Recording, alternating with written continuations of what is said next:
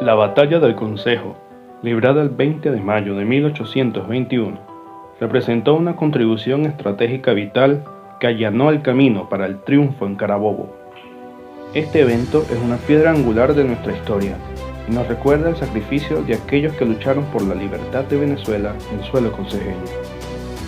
Tuvimos la oportunidad de conversar con el ex senador y ex gobernador Germán Fleitas, notable historiador y extraordinario cronista, con quien hablaremos sobre este acontecimiento que tuvo un impacto nacional significativo al contribuir directamente en la victoria final por nuestra independencia y que también convirtió al pueblo del Consejo en un territorio de héroes, forjando una profunda conexión entre su gente y el espíritu libertario venezolano.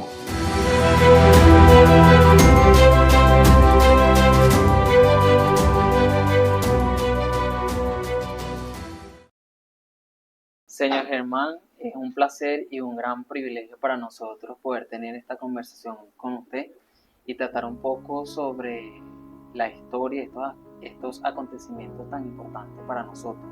De verdad que muchísimas gracias y bienvenido. Muchas gracias a ustedes. Para comenzar, ¿nos puede comentar del pueblo de El Consejo? ¿Cómo describiría usted el pueblo en el que vivió durante tantos años? Bueno, yo tengo claro algo que tal vez es la primera vez que lo voy a decir. El Consejo es un camino. Fíjense que el Consejo no tiene calle real. En todos los pueblos hay una calle real, en el Consejo no. Lo que hay es una carretera. Una carretera que viene de la Luisa, entra por los lados de la Parrilla, sigue derecho como carretera que tiene las casas, no encima, sino allá lejos. Tú pones un metro entre una casa y la que tiene enfrente y es lejísimo, y en el medio pasa una carretera. Y esa carretera llega hasta donde llegaba el pueblo, que era hasta la plaza. De ahí en adelante se estrecha y de ahí en adelante sí es una calle, pero no tiene sino una sola cuadra, que es la que va desde el bar Miranda, en la plaza Villapol, En la calle Villapol, hasta la entrada de Tobar, donde está la bodega de Alberto, de Fermín Guillén. Entonces, para mí el Consejo es un camino. Una vez, en un escrito, yo puse: el Consejo primero fue un camino, después fue un punto en el camino, después una iglesia y por último un pueblo. Bueno, yo invité a Guillermo Morón, el gran historiador, a dictar una conferencia en la Casa de la Cultura del Consejo. Y cuando Guillermo llegó, le dijo: señores, yo creo que la historia del Consejo ya está escrita en una sola línea. Y le escribió Germán, que dice que el Consejo primero fue un camino, después un punto en el camino, después una iglesia y por último un pueblo. Porque esa es la historia del Consejo. El Consejo era un camino. Fíjate que los pueblos del municipio del distrito Ricaurte se fundaron La Victoria y San Mateo en el siglo XVI, a finales.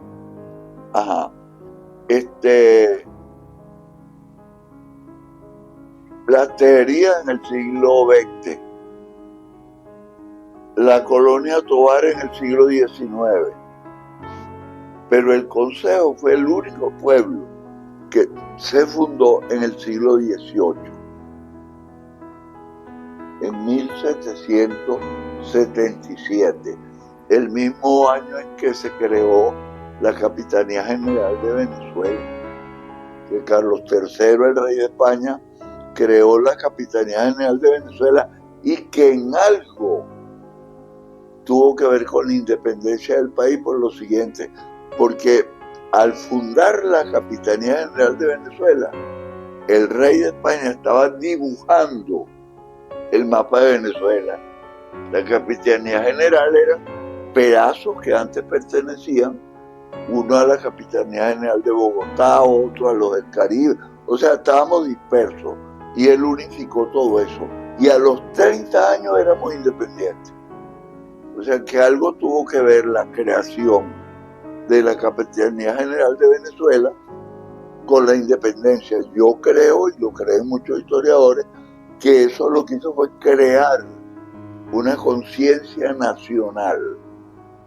Nosotros éramos españoles, vivíamos y nacíamos en una provincia de España, que era Venezuela, pero de ahí en adelante tuvimos conciencia de que teníamos una nación, y ahí empezaron los revoluciones que terminaron con lo que ustedes conocen de el 19 de abril y el 5 de julio y la guerra de independencia y la batalla de Carabobo, que es donde está metida la del Consejo, etcétera. Ya esa es la historia que ustedes conocen. Entonces, el Consejo era simplemente un camino. Y hubo una discusión muy larga sobre dónde poner la iglesia. La iglesia la habían pedido los hacendados porque querían salvar las almas de los esclavos y de los peones. Por supuesto, las peonadas y las esclavitudes ni siquiera se enteraron de que sus amos le querían salvar sus almas. Yo pienso que ahí había una tramposería escondida, que era que los querían empoderar, a meterlos en un potrero, como se metía a los caballos y a los, para que no tuvieran después la tentación de estar pidiendo derechos sobre las haciendas. Yo tengo familias, amigas, que tienen 4 siglos en Quebrada Seca, que ahí nacieron sus tatarabuelos, todos sus ascendientes. Bueno, tengo amigos que todavía, los Tobar, por ejemplo, Basilio Tobar, que murió hace poco, yo en estos días hablando con los hijos de él, le decía, todos los ascendientes tuyos eran esclavos del conde de Tobar. Y para que no estuvieran pidiendo derechos sobre las haciendas donde habían nacido, te empoderaron en el Consejo. ¿Qué vas a reclamar si ahí tienes un pueblo que es tuyo? Y entonces, para mí había eso por debajo de la intención que se decía, que era la salvación de las almas. Sin embargo, los hacendados trataban de que la iglesia se fundara en la hacienda del otro, no en la mía, sino en la tuya. Y entonces todos los documentos, que yo los tengo todos aquí copiados, todos los documentos lo que hacían era elogiar la tierra del otro. Por ejemplo, el conde de Tobar era el dueño de las tierras donde está el Consejo, y elogiaban mucho los buenos aires y las buenas aguas que había en Sabaneta, para que la iglesia se hiciera allá. Otros decían que no, que mejor eran las aguas de Zurita, un sitio que queda arriba por el Conde. Entonces cada uno, sin embargo, antes de que se terminara un juicio que se hizo, donde debía dictaminarse dónde hacer la hacienda, la iglesia se había comenzado a hacer donde dijo el conde de Tobar. Y el 4 de abril, que era viernes, por cierto, de 1777, se empezó a hacer la iglesia donde está ahorita. La iglesia, por supuesto, como todas las iglesias, tenía su entrada principal hacia el camino. Y el camino era el de arriba, no era el de abajo. Si tú te vienes a pie desde el Mamón, pasas por el Arenal, sigues derecho y vas a agarrar la calle que se llama García del Sena, que es la de arriba, ¿no? Ajá, sí. Pues bien, esa era y ahí veía la iglesia. La iglesia no podía ver pasar, sino por el camino. Lo que no sabían los que hicieron eso es que la geografía es la madre de la historia. Tú puedes planificar, como cuando tú haces una casa. Tú haces una casa y dices, aquí va la sala, nos vamos a reunir aquí. Pero resulta que todos los que te van a visitar se van para la cocina. Y hay un banquito y se sientan en el banquito y los demás recogen sus sillas en la sala y se van para la cocina. Y tú te das cuenta, coño, me equivoqué. Hemos debido poner la sala en la cocina, que es donde se reúne la gente. Bueno, el pueblo creció hacia abajo. Todo lo contrario a lo que Y se comió el cementerio que estaba detrás de la iglesia. Por favor, suelten todo lo que tengan en la mano, que le voy a hacer una prueba. Pónganse rápidamente las manos detrás de la espalda, rápido. Ajá, ya, raspados todos. Por lo siguiente, porque detrás de la espalda es aquí. Sí, aquí ya sería adelante. Y ustedes se la pusieron en la espalda. Cuando a ti te dicen detrás de la iglesia, tienes que entender que detrás de la iglesia es detrás de la iglesia y no adelante. Y el cementerio que estaba donde está la Plaza Bolívar, hoy en día tú lo ves delante de la iglesia, pero en ese entonces era detrás de la iglesia, porque la iglesia veía hacia arriba, pero una iglesia hecha de mampostería y majunchona se cayó. Cuando el gobierno de Guzmán Blanco la volvieron a hacer y le hicieron como era correcto, con la entrada hacia abajo, porque el pueblo había crecido hacia abajo. Y entonces Roberto Torres, que está conmigo ahí en una foto, en ese folleto con su hijo, que era Rafael Aponte, me contaba que él hizo la Plaza Bolívar en 1930 y que para poder hacer la plaza tuvo que apartar calaveras, esqueletos, huesos y todo, porque la estaba haciendo sobre el cementerio. Y los viejos del consejo lo sabían así. Una vez el doctor Alberto Folmer me mandó a que fuera con un primo de él, que era el arquitecto Tomás Sanabria, cuyo bisabuelo era Sanabria Folmer, para que remodelara la plaza Miranda del Consejo, que antes se llamaba Plaza Villapol. Y le cambiaron el nombre el día 28 de marzo de 1950, porque ese día cumplía 200 años Francisco de Miranda. Y entonces no hallaban qué homenaje hacerle en el Consejo, y el homenaje fue quitarle a la Plaza Villapol su nombre y ponerle Plaza Miranda, que yo estoy pidiendo ahora que le vuelvan a poner su nombre original de Plaza Villapol, porque todo se llama Miranda en todas partes, y Villapol no tiene ningún homenaje en Venezuela, que fue un hombre que peleó por la independencia siendo español. El 20 de mayo ocurrió un acontecimiento muy importante para la historia del Consejo y de Venezuela, como lo fue la Batalla del Consejo. ¿Qué nos puede comentar sobre lo ocurrido aquel día? Bueno, para comenzar,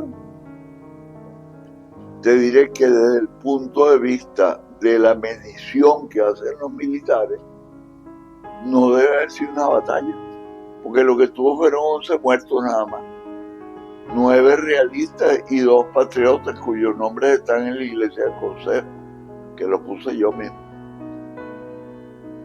Pero quien le da el nombre de batalla es Miguel de la Torre y Pando, el comandante general de la Fuerza del Rey, donde mandó una carta, que yo tengo una copia ahí, donde dice que a él le parece que Ramón Correa es un loco disparatado que ha tenido el valor de presentarle batalla, él pone esa palabra, de presentarle batalla a fuerzas superiores y tal, qué sé yo.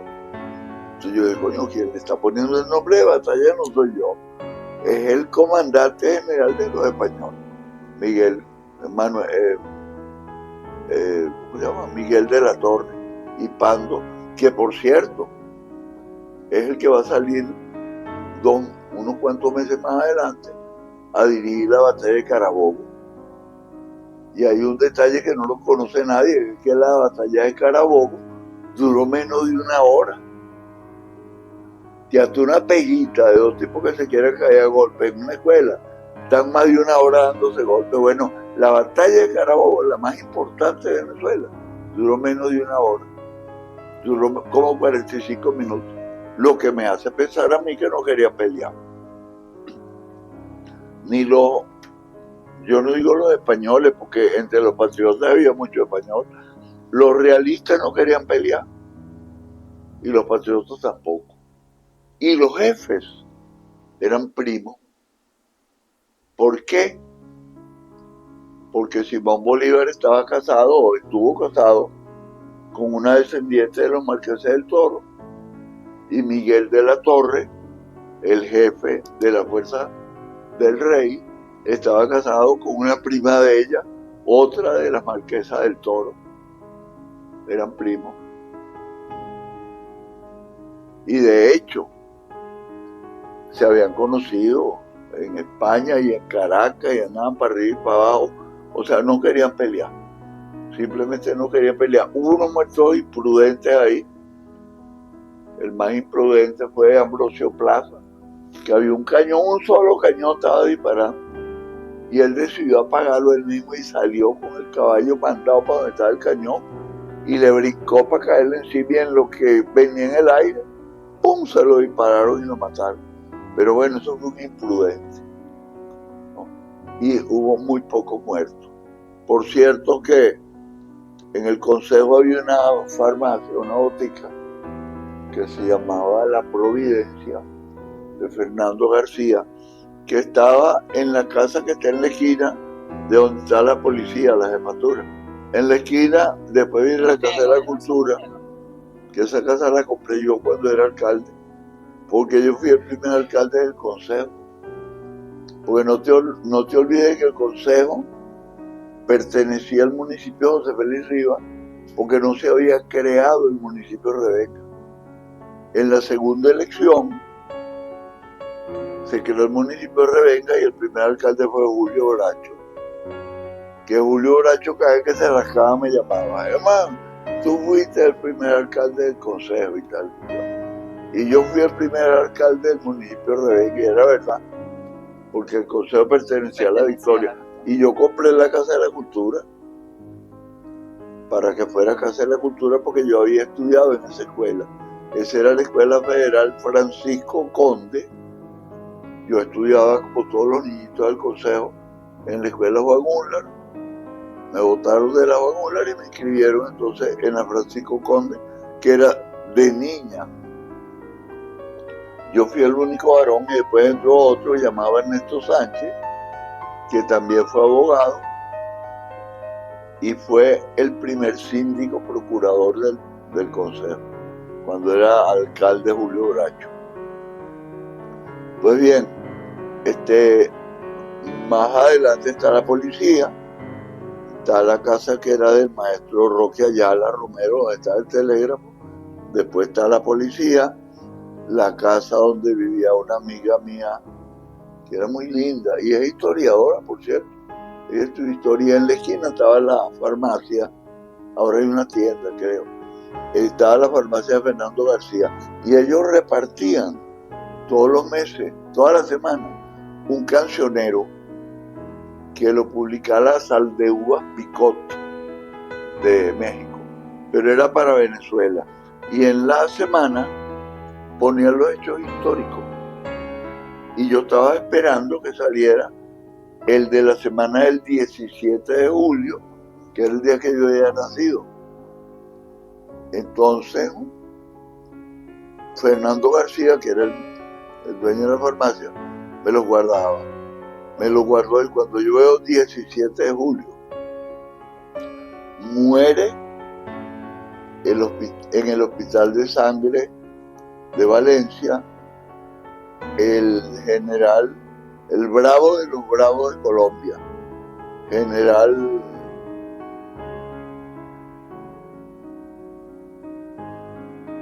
llama el bravo de los bravos de Colombia, general Manuel Cedeño, a consecuencia de heridas sufridas durante la batalla de Carabobo. Manuel Cedeño nació el mismo día que yo nací y empecé a averiguar, era el hombre más bravo que había en el ejército, tanto que el Libertador, cuando distribuye los comandos militares para la batalla, divide en 3 divisiones el ejército. La primera división comandada por el general José Antonio Páez, la segunda división comandada por Manuel Cedeño, o sea, tiene que haberse logrado, ¿no? Y la tercera división, Ambrosio Plaza, que fue el que mataron en la batalla. Bueno, está bien, me la quedé así. Pero resulta que un día en Cuba, yo estaba en Cuba como cuatrista de Anselmo López, el que toca la bandola. Yo tocó 4 bastante, y entonces Anselmo me invitó para que fuera su cuatrista en Cuba, en unos conciertos que iba a dar. Y entonces pasamos por un pueblo llamado Bayamo y veo una estatua de Simón Bolívar. Digo, párese un momentico, Simón Bolívar aquí y tal. Y entonces me acerco y veo una placa que dice Venezuela, la República de Venezuela. Y el general Marcos Pérez Jiménez, que era el presidente, dona una estatua del Libertador al pueblo natal del general Manuel Cedeño, el bravo de los bravos de Colombia, héroe de la batalla de Carabobo. O sea, Manuel Cedeño, el héroe más grande que tiene la batalla de Carabobo después de Simón Bolívar y de Páez, era de Cuba, no era venezolano. Entonces, bueno, descubrí eso allá. Y lo descubrí por un cancionero que me había dado Fernando García. Por cierto que esto lo dije yo en una conferencia de la Academia Militar, y había uno de los generales que estaba sentado delante con un teléfono. Y entonces, cuando yo lo conozco, le digo, caramba, general, qué lástima que mientras yo estuve dictando la conferencia usted estaba jugando maquinita. Me dijo, no estaba jugando maquinita, estaba anotando todo lo que tú decías. Y te puedo decir, mira, transcribiendo todo. Empezaste diciendo esto, toda la conferencia me la tenía ahí.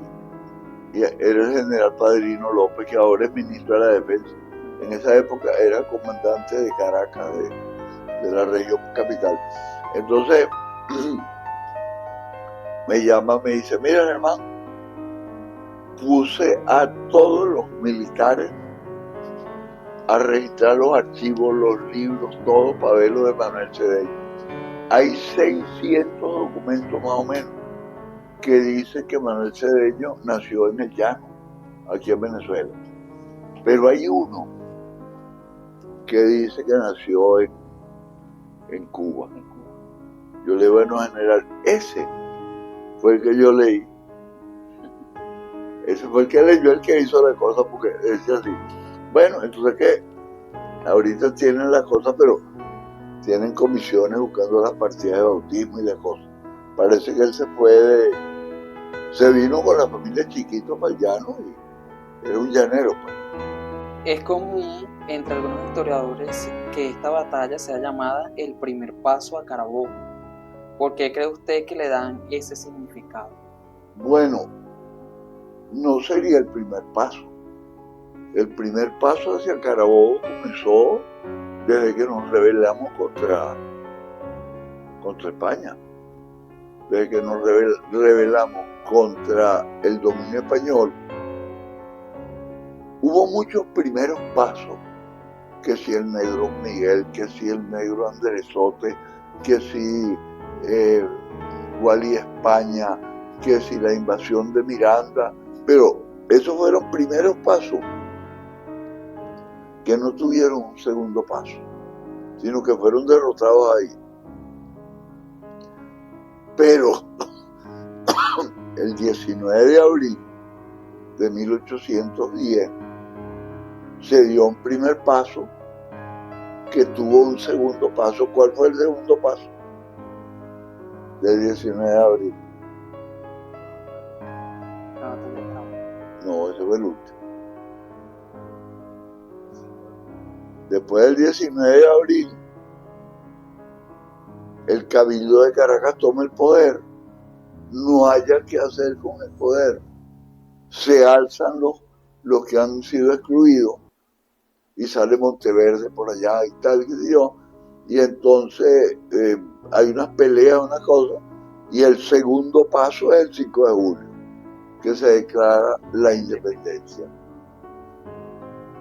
Entonces, no es el primer paso, sería en todo caso uno de los penúltimos, porque el último es Carabobo. Entonces, ¿qué pasa? Trancan el paso de esta gente. Tú me dirás, bueno, 2.000 hombres que hubieran llegado a Carabobo,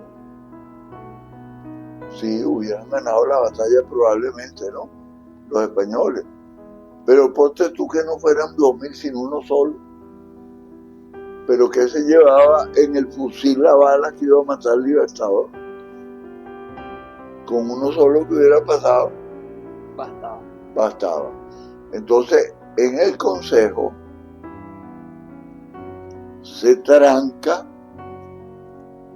el ejército, se desmoraliza el ejército español y se moraliza el ejército patriota. Tanto así que si tú te lees, ahí están algunas de las cartas del mariscal de campo Miguel de la Torre, dice cómo se le ocurre a este loco de Correa presentarle batalla a un ejército superior para que nos derroten, y ahora todo el mundo anda desmoralizado, nadie quiere pelear todo el tiempo, la gente anda, todos andan desmoralizados, pues, porque en la batalla del Consejo lo que hizo fue que desmoralizó al ejército español, lo desmoralizó de tal manera que, bueno, que te digo que la batalla no llegó a 1 hora. Cuando estaban empezando a pelear por este lado, se dieron cuenta que los soldados que estaban del lado allá se estaban yendo por el camino de Puerto Cabello.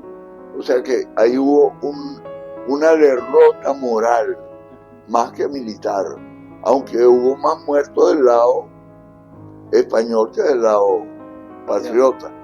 La contribución del Consejo, eso me cuesta decirlo, porque yo tengo 42 años como cronista de la Victoria. Fui realmente el primer historiador del Consejo, porque el primero que se puso a escribir historia en el Consejo fui yo. Mi primer trabajo en la prensa lo publiqué hizo ayer 64 años, el 5 de mayo. Por eso me cuesta tanto trabajo decir lo que te voy a decir. La batalla de la Victoria no sirvió para nada. La del Consejo sí. ¿Por qué? Porque lo que se proponía a la batalla de la Victoria era atajar la invasión de Bove y todo su llanero, que eran 7.000 bárbaros, ¿no? Bueno, y con un puñito de estudiantes, Rivas los había derrotado. Ok, pero a los 4 días ya estaba Bove en la Victoria. Ya estaba Bove en la Victoria persiguiendo a Caracas, que fue lo que obligó a Simón Bolívar a hacer la expedición hacia Oriente, que se llevó a toda la gente de Caracas de Oriente. Yo me reuní en el Consejo con puros viejos. Había un banquito que yo le decía el banquito de Germán, que queda cuando tú vienes caminando hacia la iglesia, que subes la primera escalinata, anchota. En la punta de acá hay un banquito de cemento, que si tú te arrimas, sube para la casa donde vivía Juan Vicente Chávez, y viven los Durán, vive Durán y vive Piquita, que era mi otra mamá, La familia Chávez. la familia Alfonso, que la que me enseñó a rezar a mí fue Francisca Alfonso, Francisca Pino de Alfonso, la esposa de Jesús Alfonso, que me crió a mí. Era la que me cargaba, me daba tetero, ella y mi abuela, pero era la que, mi aya, la persona que yo más he llorado en el mundo cuando se murió. Bueno, en ese banquito yo me sentaba y empezaban a llegar los viejos. ¿Quiénes eran? Te lo puedo nombrar de memoria. Uno que había sido cura, que se llama Fernando Borges Medina, que el papá tenía una bodeguita donde había un diablito que era una cabeza de venado con un cigarro aquí prendido y tal, una bodeguita y un molino, donde está el molino. Bueno, Rafael Aponte, que está ahí resaltado, Fernando Borges Medina, el cura, había sido cura, Rafael Aponte, Francisco Salazar, que fue prefecto cuando los ADECO, Francisco Salazar, José Albarrán, el Tote, que era albañil,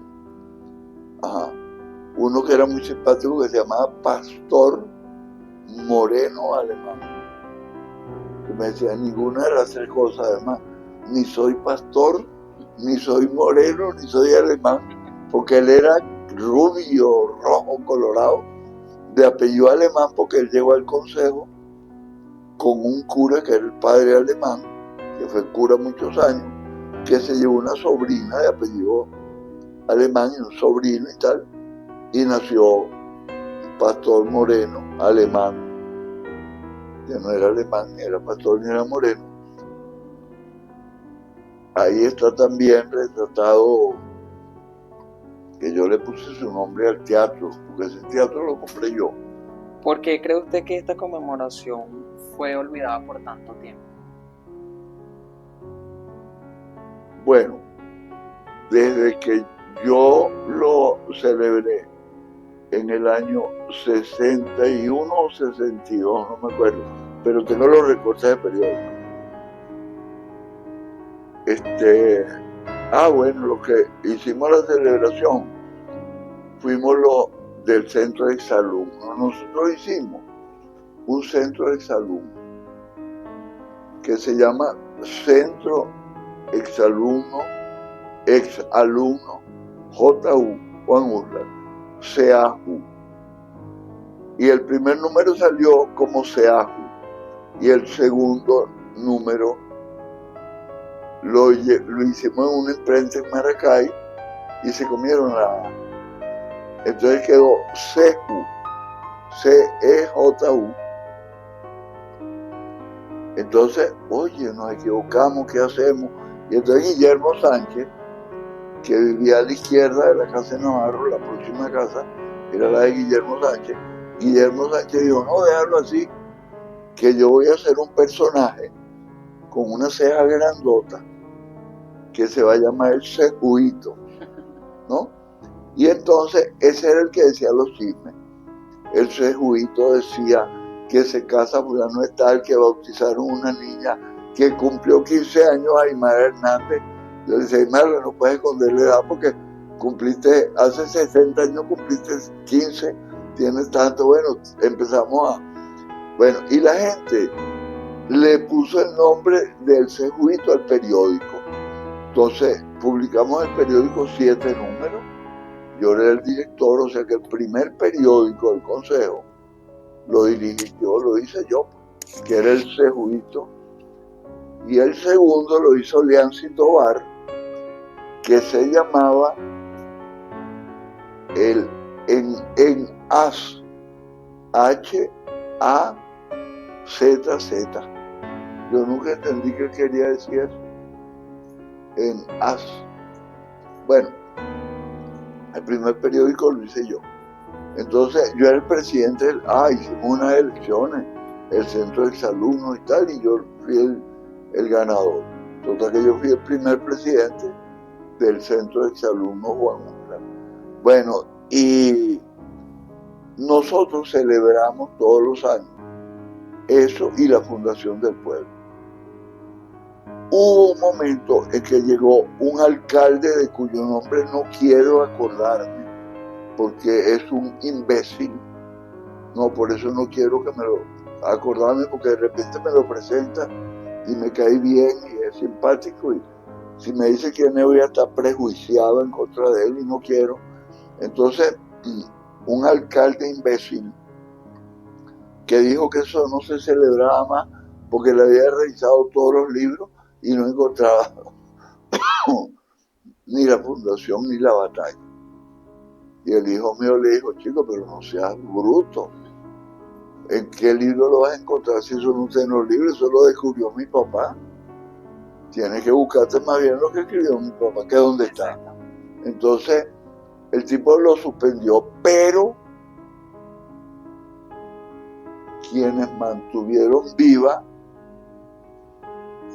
el fervor patriótico, vamos a decir así, fueron Rafael Sanabria y los maestros de las escuelas, que entonces sabían que venía la fundación del pueblo. Rafael Sanabria iba por una escuela, dictó una conferencia y yo para otra, y en un salón estaba él y en otro estaba yo, y estuvimos todo el día así. Y cuando venía la batalla, igualito. Y los maestros oyendo y después repitiendo y haciendo batallitas y haciendo, tú sabes, todos los actos culturales que uno hace. Dramatización. Que en el descubrimiento hay 3 carabelas y un Cristóbal Colón y unos indios, una vaina igualito, una dramatización, ¿no? Bueno, los maestros mantuvieron, que son los que enseñan, mantuvieron eso vivo. Y Rafael Sanabria. Una escenificación. ¿Sí? Ajá. Una escenificación. Sí. Ahora, quien nos apoyaba y hacíamos actos ahí todo, que es la institución más venerable que tiene el Consejo, bueno, la Iglesia por supuesto, pero la Sociedad de Nuestra Señora del Carmen, benefactora de sus miembros. Yo tengo un escrito que se llama Filosofía Barata Consejeña. Filosofía Barata Consejeña, donde hablo de lo que ellos hablaban. ¿De qué hablaban ellos? Bueno, había un ateo que era Rafael Aponte. Él era ateo, pero era el que pintaba la iglesia, el que le cogía los remiendos, el que el cura pasaba. Rafael, que él era alemán, era padrino mío de confirmación. Rafael se estaba metiendo en una gotera por la sacristía y no sé qué. Ah, bueno, padre, yo voy mañana porque necesito una escalera y no sé qué. Préstame la escalera. Y él era ateo. Dios no creó a los hombres.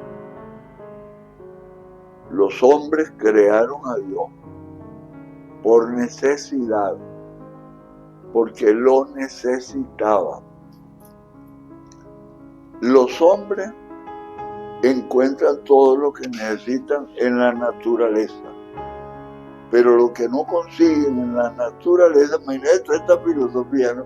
Lo que no consiguen en la naturaleza lo inventan.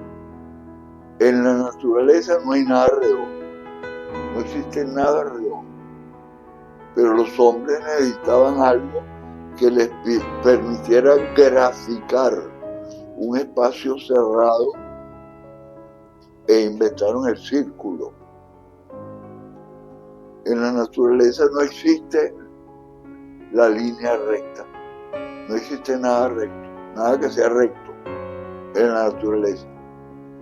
Pero los hombres necesitaban algo que les permitiera graficar la distancia menor entre 2 puntos. Inventaron la línea recta. Los hombres no podían cargar el peso de lo que fuera más pesado de lo que ellos podían aguantar. Inventaron la rueda. Porque no hay nada redondo en la naturaleza. Una rueda, otra más, algo así, y arriba eso pesadote lo empujaba. inventaron la rueda. ¿Por qué inventaron a Dios? En una plaza de toros, el toro no sabe que dentro de unos minutos le van a estar cortando las orejas, pero el torero sí sabe que el toro lo puede matar. El ser humano es el único que tiene conciencia de la muerte, de que todo se acaba, y eso los deprime.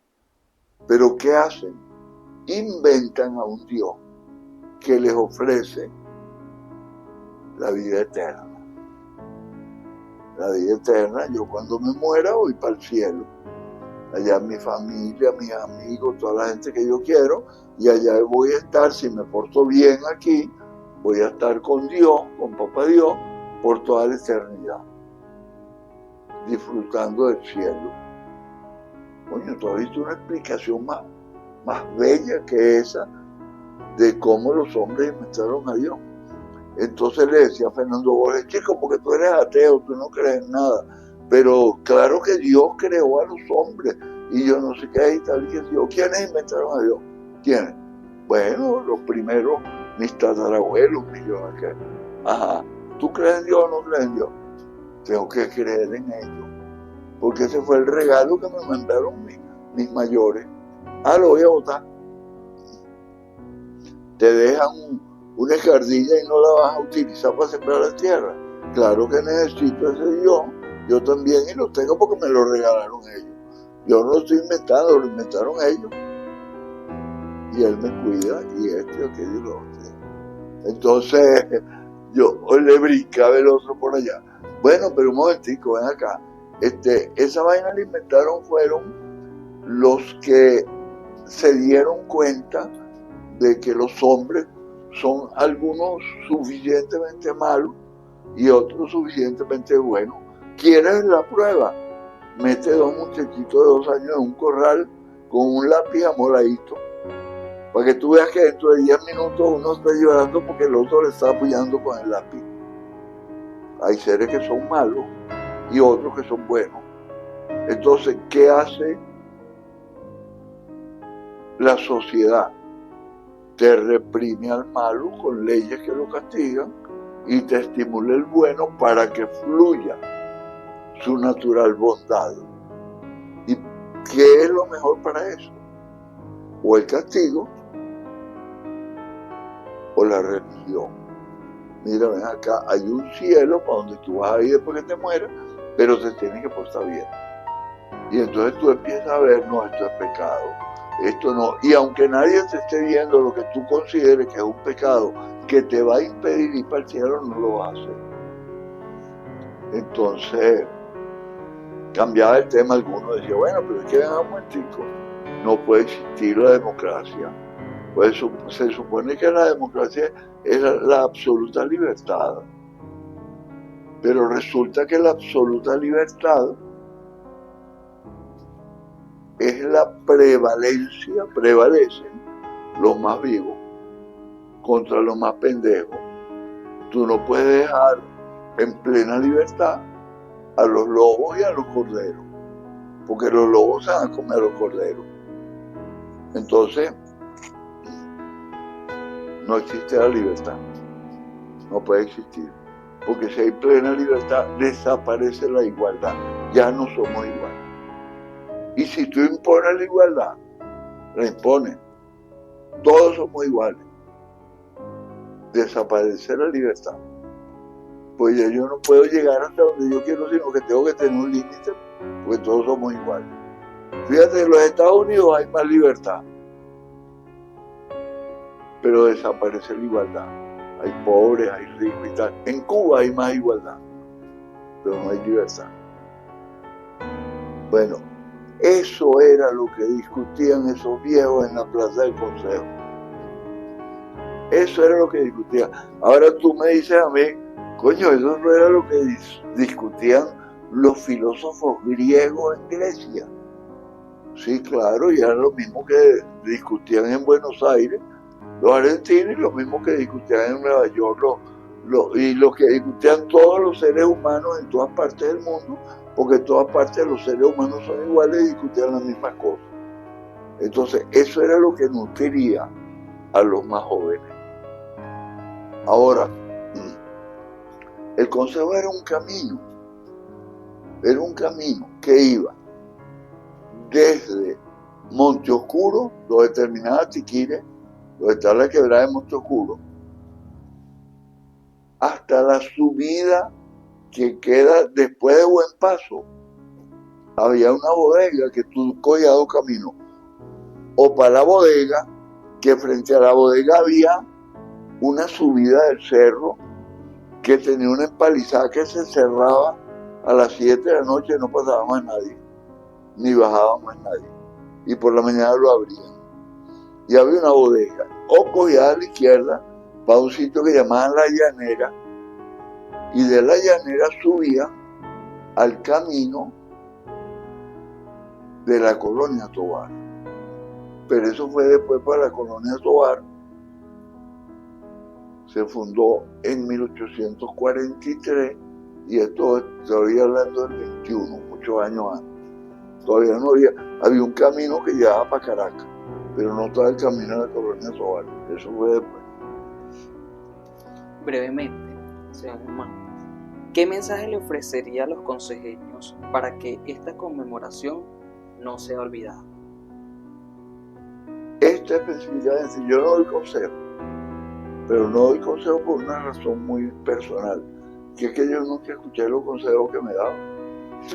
Si yo hubiera escuchado los consejos, fuera millonario, tuviera más hijos de lo que tengo, tuviera más bienes de lo que tengo, que lo que tengo es esta casa de nomás. Yo no le paro bola a los consejos, ni les he parado nunca. Por eso no doy consejo. Ahora, yo quisiera que los consejeños, como en mi época, se congregaran más en las instituciones en las que creen. Por ejemplo, los que son religiosos, que vayan a la iglesia. Mira, está la sociedad de Nuestra Señora del Buen Consejo, la sociedad de todas las sociedades que tú te imaginas. Cada santo tiene una sociedad, que se agrupen. Los que les gusta el Domingo de Ramos, que se vayan para Caseras López y le ofrezcan ayuda y vayan a buscar ramos. Se integren. Ajá.